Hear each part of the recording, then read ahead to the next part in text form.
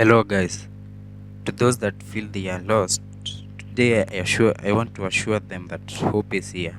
And I want to begin by using Jim Kelly's words that life does not happen to you, life happens for you.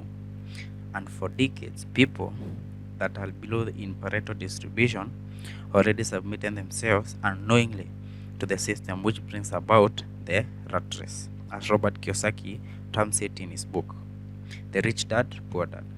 Most of us, in particular in Africa, have left all our responsibility granted to us by God in His creation to the government, probably because the government is consistently promising people of the paradise themselves have not yet even tasted. And today, I would urge you to do just this one thing, and I promise you that your life will never be the same again. And I do wish the youths from Africa, my beloved brothers, to listen to this because I'm certain that they are the ones that are struggling in this game of life.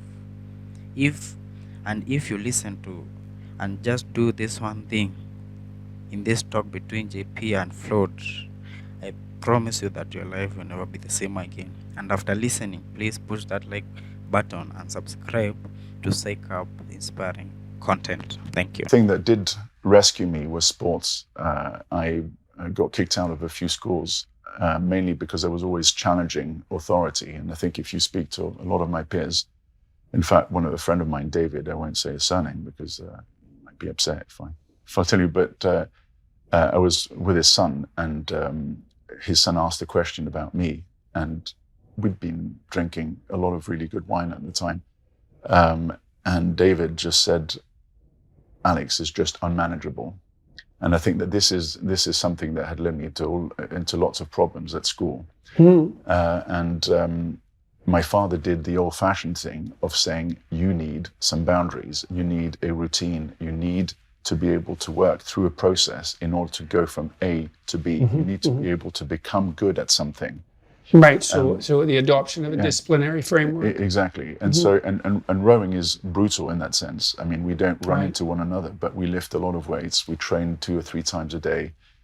It's complete and utter dedication. And this is, once you get onto that treadmill, what happens is that your body changes very quickly. The perception of yourself changes as well. You become big and strong and fit.